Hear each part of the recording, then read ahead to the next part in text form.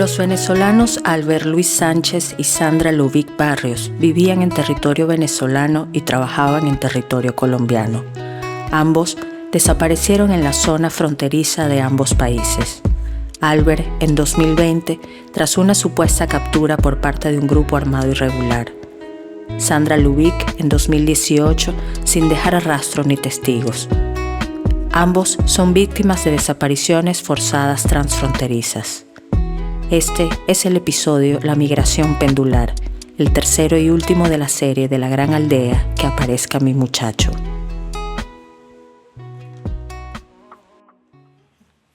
Tras el acuerdo de paz de diciembre de 2016 hasta agosto de 2020, el Comité Internacional de la Cruz Roja registró 466 nuevas desapariciones relacionadas con el conflicto armado y la violencia sociopolítica en Colombia. 266 son desaparecidos venezolanos en zonas de frontera. Esta cifra da cuenta de la inseguridad para quienes transitan o hacen vida en la frontera más dinámica de Latinoamérica y también evidencia que la desaparición forzada transfronteriza tiene nuevas intenciones y nuevos perfiles de víctimas. Desde Colombia, advierte la doctoranda en Derechos Humanos Sandra Milena Páez. A diferencia de la categoría de desaparición forzada originaria que nace en el cono sur para nosotros los latinoamericanos, muy asociada a factores de militancia política, estudiantil y social, donde la persona lo que representaba era un peligro ideológico de alguna manera para el orden estatal o gubernamental de turno, aquí ya esta práctica de desaparición se deslinda totalmente de esas características. Ya las personas desaparecidas no cumplen ese criterio de militancia política. Ahora, y desde hace unas décadas, estas desapariciones forzadas se asemejan a la de los migrantes venezolanos Sandra Lubick Barrios y Albert Luis Sánchez. Sandra Lubick no sabía lo peligrosa que era su rutina como migrante pendular. Vivir con su hijo de 14 años alquilando una habitación en Ureña, estado Táchira, y tener su puesto de venta de naranjas en El Escobal, departamento norte de Santander, Colombia. Igual, si hubiese sabido lo peligroso que es vivir de un lado y trabajar del otro, hubiese tomado el riesgo, porque no podía irle peor que en Barcelona, estado Anzoátegui, de donde se fue el jueves 17 de diciembre de 2017. Para ese día, la plata de la venta de cafecitos no le alcanzaba para vivir. Antes de desaparecer el sábado 7 de julio de 2018, Sandra Lubick le dijo a su hijo que iría a pagar unas naranjas, a comprar desinfectante y que volvería en media hora. Ella también acordó con una conocida de la pensión para que le arreglara el cabello a las 2 de la tarde. Al salir, se cruzó con un primo, y Sandra Lubick le dijo que iba y venía. Un trochero conocido la vio pasando la trocha de ida, pero no la vio de vuelta. Nadie ha visto a Sandra de vuelta ni en ningún lado. Quizás desapareció en la trocha La Isla, el paso ilegal que conecta Ureña con Viejo Escobal y que es uno de los más peligrosos de toda la frontera colombo-venezolana. De hecho, la llaman la Isla de la Muerte, porque así como pasa gente, aparecen cadáveres. O quizás Sandra desapareció en la trocha El Águila, que conecta Ureña con Nuevo Escobal, otro cruce donde la vida y la muerte se encuentran.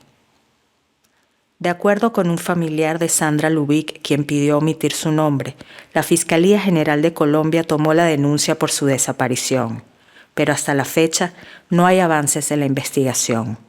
Sandra Lubick tenía 31 años cuando la vieron por última vez y dice el familiar que parecía una muñequita. 2 años después de la desaparición de Sandra Lubick, ocurrió la de Albert Luis Sánchez. Albert trabajaba en la isla de Margarita de Venezuela como albañil, pero no era cualquier albañil, sino de los que montan y pintan murales con estuco. Según su hermana Marbeligne Palmar, Albert es todo un artista empastando paredes. Pero a Albert le iba mal, como a tantos venezolanos que han escapado de la crisis económica. Así que con la esperanza que trae cada año nuevo, se fue a trabajar con su compadre en Coloncito, estado Táchira, Venezuela, el 5 de enero de 2020. Él no iba a migrar de forma permanente. Como a Sandra Lubick y muchos que hacen vida en la frontera colombo-venezolana, le bastaba vivir en migración pendular. Así que Albert llegó matando cochinos y los vendía en Cúcuta y Puerto Santander, en el departamento norte de Santander, Colombia. Cuando no vendía cochinos, vendía motos, y cuando iba vendiendo cochino y motos, iba comprando lo que le hiciera falta para surtir las bodegas de Coloncito. Así que le estaba yendo mejor que en Margarita, hasta que en marzo de 2020 le tocó encerrarse por la pandemia del coronavirus. Otra vez, a Albert le iba tan mal que vendió su moto. Pero el sábado 11 de julio de 2020 salió a comprar una en Agua Clara. Se fue acompañado en la moto negra de su compadre.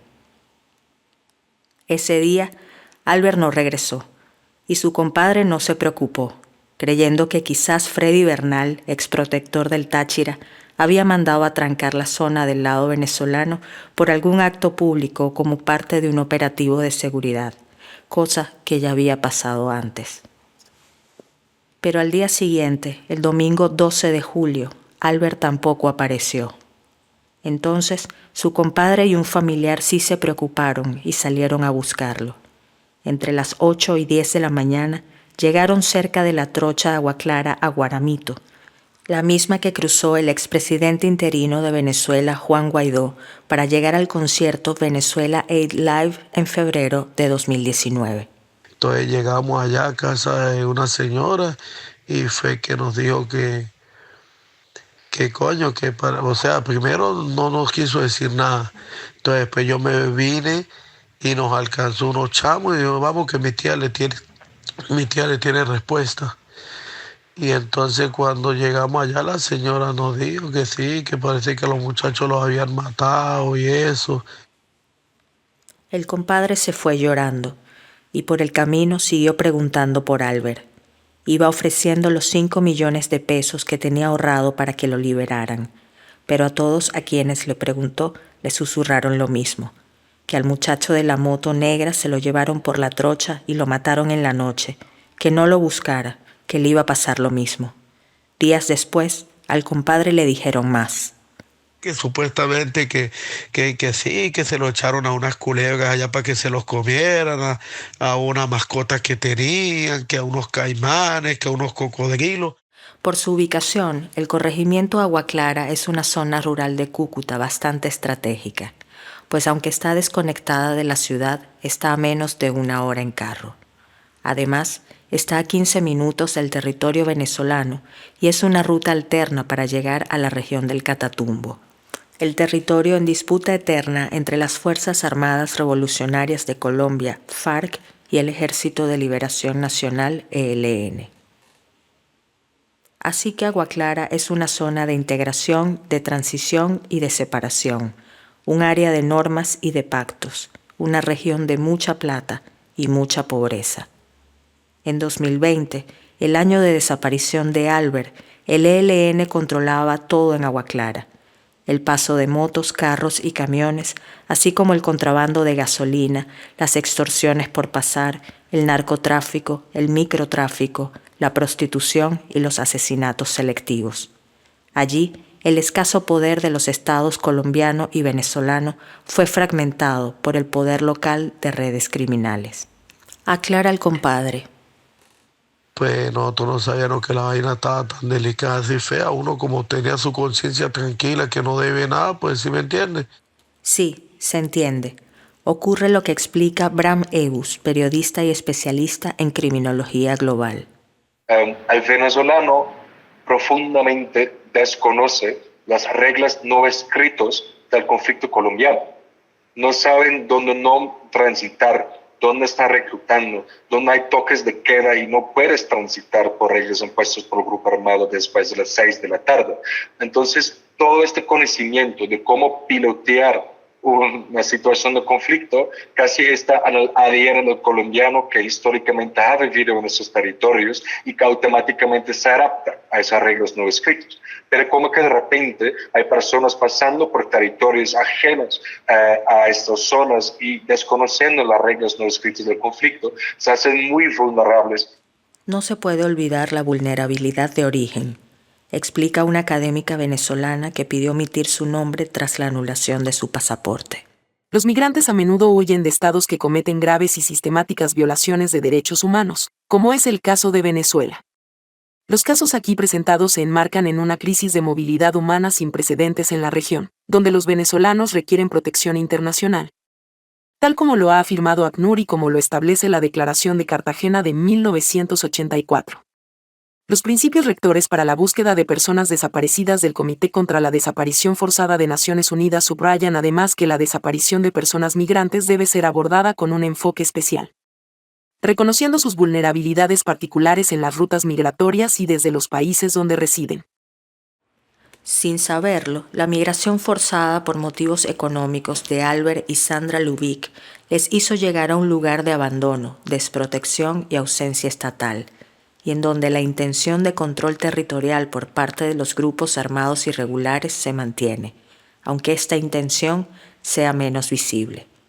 Continúa la académica. Como ha indicado el Grupo de Trabajo sobre las Desapariciones Forzadas de Naciones Unidas, existe una conexión directa entre la migración y las desapariciones forzadas. Este vínculo evidencia que la desaparición puede ocurrir durante el trayecto migratorio de ida o de retorno, o en el país de destino. Si el Estado expulsor y el Estado receptor no mantienen responsabilidades hacia los migrantes, la desaparición de Albert, por ejemplo, que al parecer ocurrió por un grupo armado irregular, es considerada forzada por la aquiescencia implícita o explícita no solo del Estado colombiano, también del venezolano, que, además, no parecen estar apoyando en la búsqueda conjunta de justicia y verdad. Los 2 migrantes venezolanos fueron los más vulnerables ante un delito permanente, sistemático e indiscriminado que ocurre principalmente por la inacción de los estados y esa suerte de consenso estatal de que los grupos armados irregulares gobiernan los territorios fronterizos. En junio de 2023, con la instalación de la Comisión de Vecindad e Integración entre las Cancillerías de Colombia y Venezuela, se firmó la Declaración para la Búsqueda de Personas Dadas por Desaparecidas en Territorio Fronterizo. Esto para la búsqueda, recuperación e identificación de restos humanos en territorio venezolano.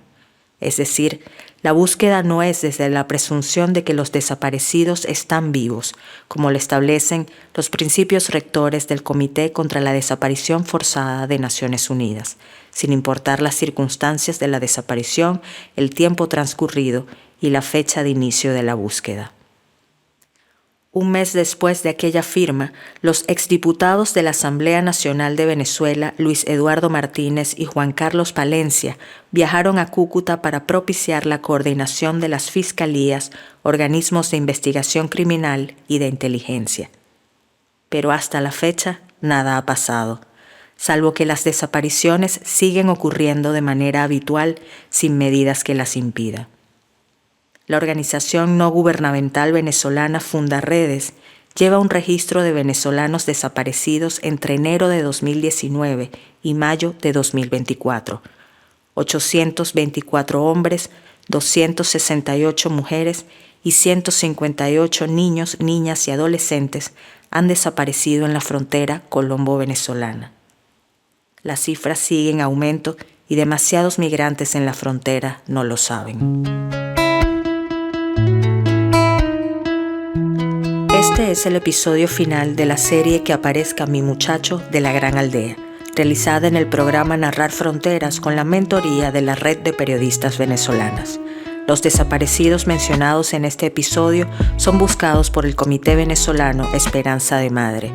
En este episodio se utilizó inteligencia artificial por seguridad de las fuentes.